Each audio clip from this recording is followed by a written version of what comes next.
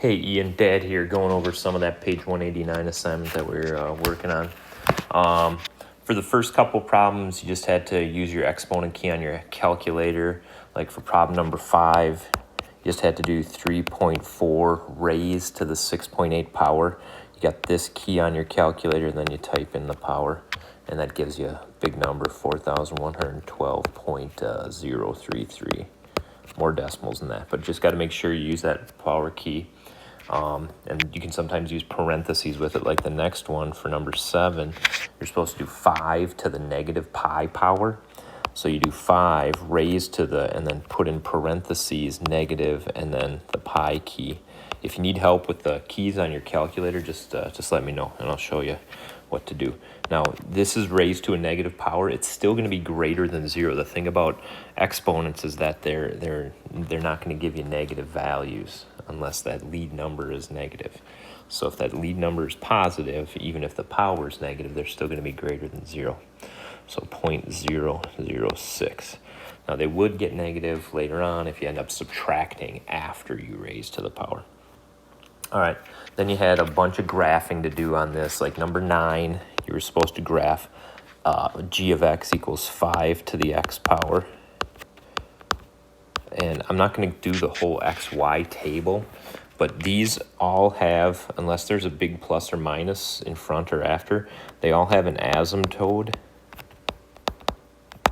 at the x-axis at y equals 0. They won't dip below the x-axis. And this one's going to be increasing as it moves to the right. I did on the sheet that I'm going to give to you, I did do a breakdown of 7 x values, -4, -3, -2, -1, 0, 1, 2, 3. And, like 5 to the 0 power is 1. 5 to the first power is 5. 5 to the second power is 25. So these positives are pretty easy to do, but then boom, it gets really, really big. 5 to the third power is 125. Now the negatives are going to be the reciprocal of the positive power. 5 to the -1 is the fraction 1/5. 5 to the -2 is 1 over 125. 5 to the negative, whoops, I did that one wrong. 5 to the -2 is only going to be 1 over 25.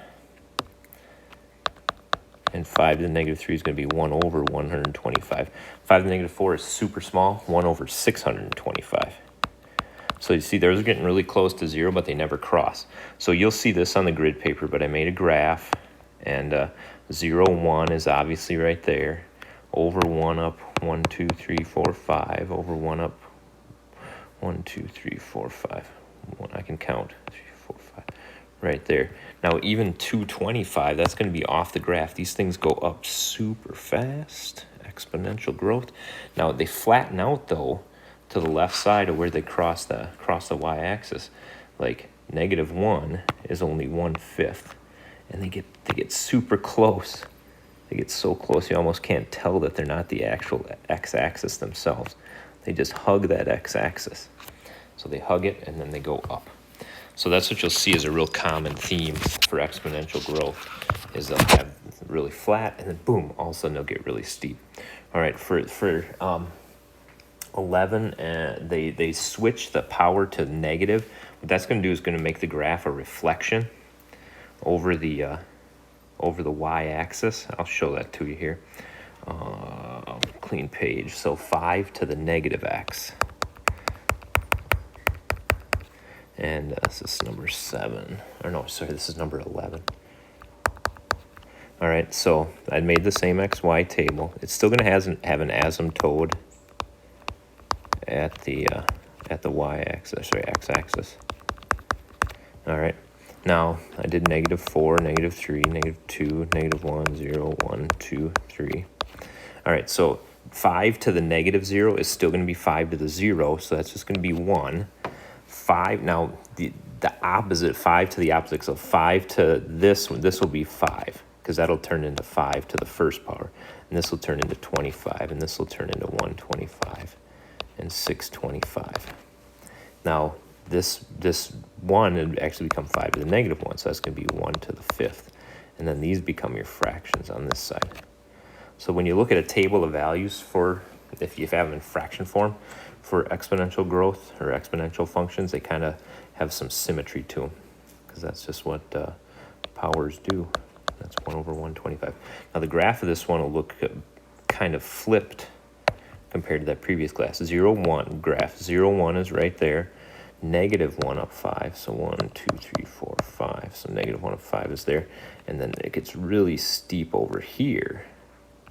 And then it flattens out over here. Doesn't cross the x-axis though. Never crosses the x-axis. Flattens out. So that's number 11. Now, 13 and 15 look the same. All right, 13 and 15 look the same. 13 looks like number 9, and 15 looks like number 11, because they switch the power to the negative x. Let me just show you. I'll just show you the table of values. So 13 was 3 to the x power. So these are still going to have asymptotes at the x-axis.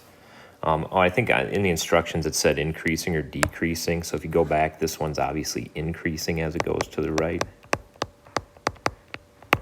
And then this one in number 11 is decreasing as it goes to the right. So, and the difference is that negative right there in the power. All right. So anyway, 3 to the x, again, I did the same thing. I did this a lot. When you look through the assignment, I did -4 to +3 to get 7x values. But 3 to the 0 power is 1, so that's a nifty place to start. 3 to the first power is 3. 3 to the second power is 9. 3 to the third power is 27. Now 3 to the -1 power is the reciprocal of 3 to the +1 power. 3 to the -2 power is the reciprocal of 3 to the +2. That's 1/9. Next one's 1/27th. And -4 would be 1/81st. So again, see how those are getting really close to 0, but they're not crossing over. So the asymptote is the x-axis. That's my abbreviation for asymptote. And this one will be increasing. And, you know, again, you could get a quick graph up. You don't really need the negative y values. This part down here you don't really need, because these all stay above the x-axis. But 0, 1, and then over 1 up 3. Over, you could get 2, 9 on here. 4, 5, 6, 7, 8, 9, and then it gets up going really, really fast up that way, and it flattens out this way. So that's just what exponential graphs do. Then 15, that's 3 to the -x. So you're going to have your xy table. Still going to have the same asymptote, x-axis.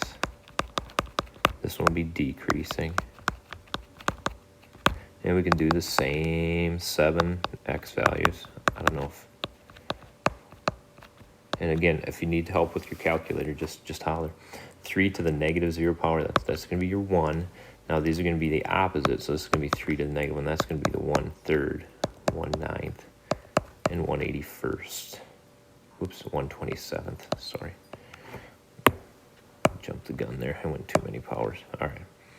So this is going to be 1/9, and this is going to be 1/27th. Now, this will be the 3 to the +1 part. So that'll be 3. This will be 9, 27, 81. So notice how they're reciprocals of the ones over on this side. So this one's going to be it's going to be reflection over the y-axis of the other graph. It's going to go through 0, 1. Go -1 up 3, -2 up 4, 5, 6, 7, 8, 9. All right, and then it's going to get really steep this way and flatten out this way. All right, but it's never going to cross that x-axis. Never going to cross it, never going to cross it, never going to cross it, never going to cross it, never going to cross it. All right, so that's the first problems. Now we jump over to problem number 29, and this is where you got into E. E is about 2.71. On your calculator, there's a key that has LN on it, and then, or it might be capital L, capital N. But then right above it is e to the x power. So you want to hit the second button and then hit that LN key, and you'll get E up on your calculator. And if you do E raised to the first power, you'll see that it's 2.71 and something, a lot of decimals. I'm doing it real quick on my calculator. E to the first power, 2.71828, and then a lot of decimals. All right, 2.7183, and then more and more decimals. Okay. So anyway, so the first thing in 29, the problem just wanted to do E to the 9.2 power. So you just got to grab your calculator, hit E, and it'll bring up this, and then in the parentheses, it'll bring in parentheses up too, and then you'll type in the 9.2. You can close the parentheses, but actually you don't have to. And on your calculator, you'll see 9,897. Try these on your calculator just so you get used to the keystroking. Because if you don't know how to use your calculator, it's going to be a bummer. All right, 31. They make it a little more complicated. They make it 50 E, so that's times E, raised to the 4 times X power. It'll look, make sure I got that one copied right. 31. Porsche's laying right here. Yeah, E to the 4x power, yeah.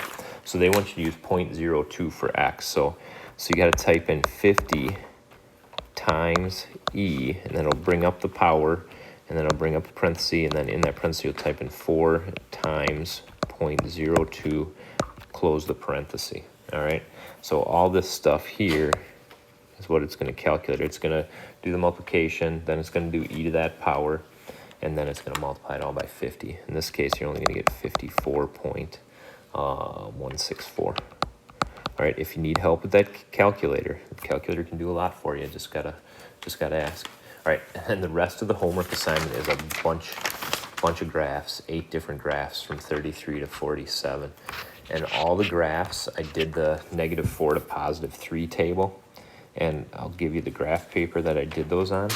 But, you just have to know how to, just be careful typing these into your calculator. Like this first one for 33 is f of x is equal to 5/2 x. And, 5/2 to the x power. Sorry, I told you wrong there. 5/2 to the x. Sorry, I'm erasing it all here.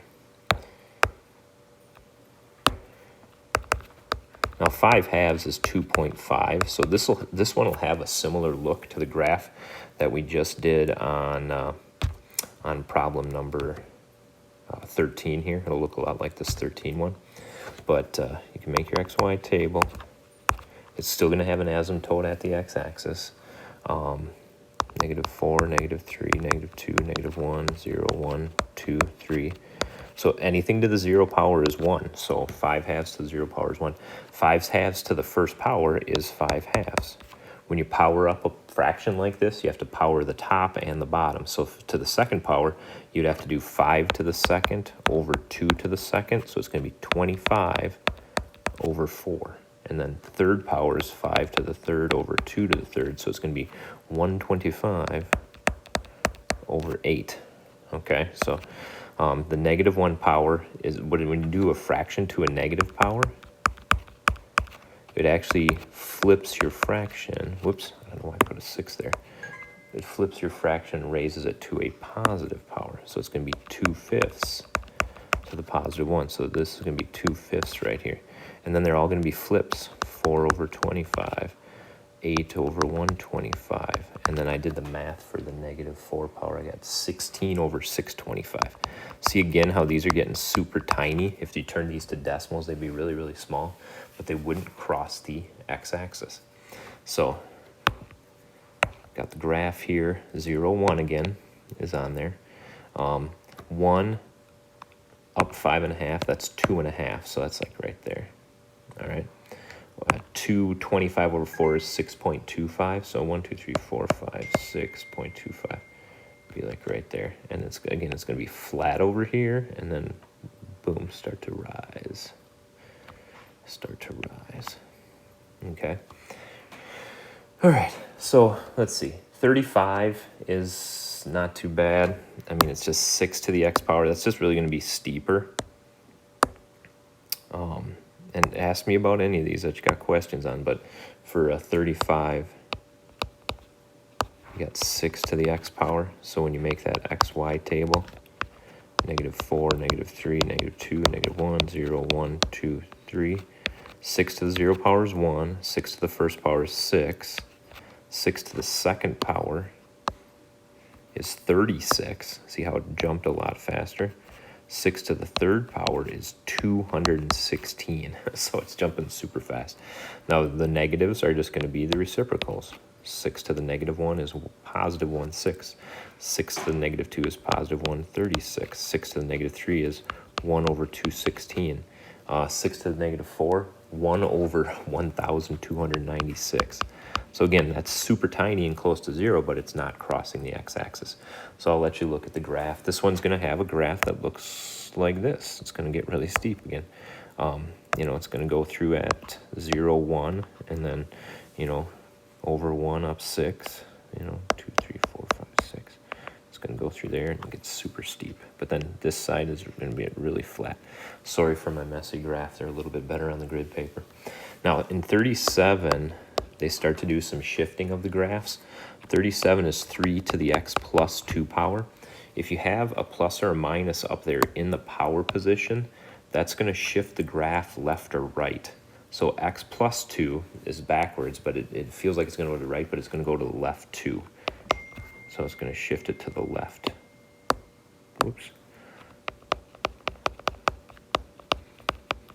Left 2 shift. So anyway, you can still make the same xy table, but you just have to make sure you do your addition first and then raise it to your power. So if you do 3 to the -4 plus 2, that's going to be 3 to the -2, which on the other page, I think we saw that was 1/9. 3 to the -3 is 1/3. Or sorry, 3, not 3 to -3 plus 2. So this would be 3 to the -1. And then the -2 will be the 3 to the 0. So that's going to be your 1. The -1 plus 2, that's going to be your 3 to the first. So that's going to be your 3. The 0 plus 2 is 2. So that's going to be your 3 to the second. So that's your 9. And then this is going to be a 27. That's going to be your 3 to the third. And 3 to the fourth. That's going to be your 81 right there. So it's still going up really quick. When you get over there, that 139.27, this is increasing really, really fast here. But the whole graph has just a slightly different look to it. So at -2, you're up 1. So there's your 1. And then at -1, you're up 3. And then at 0, you're up 4, 5, 6, 7, 8, 9. At 0, you're up 9. So it starts and it flattens out. So I like always graphing this point first, the -2, 1 point, the point that ends in the 1, because that's kind of where, when I graph kind of the flat stuff and then the steep stuff. And again, Desmos can take all this stuff. You can type all this stuff into Desmos. Okay.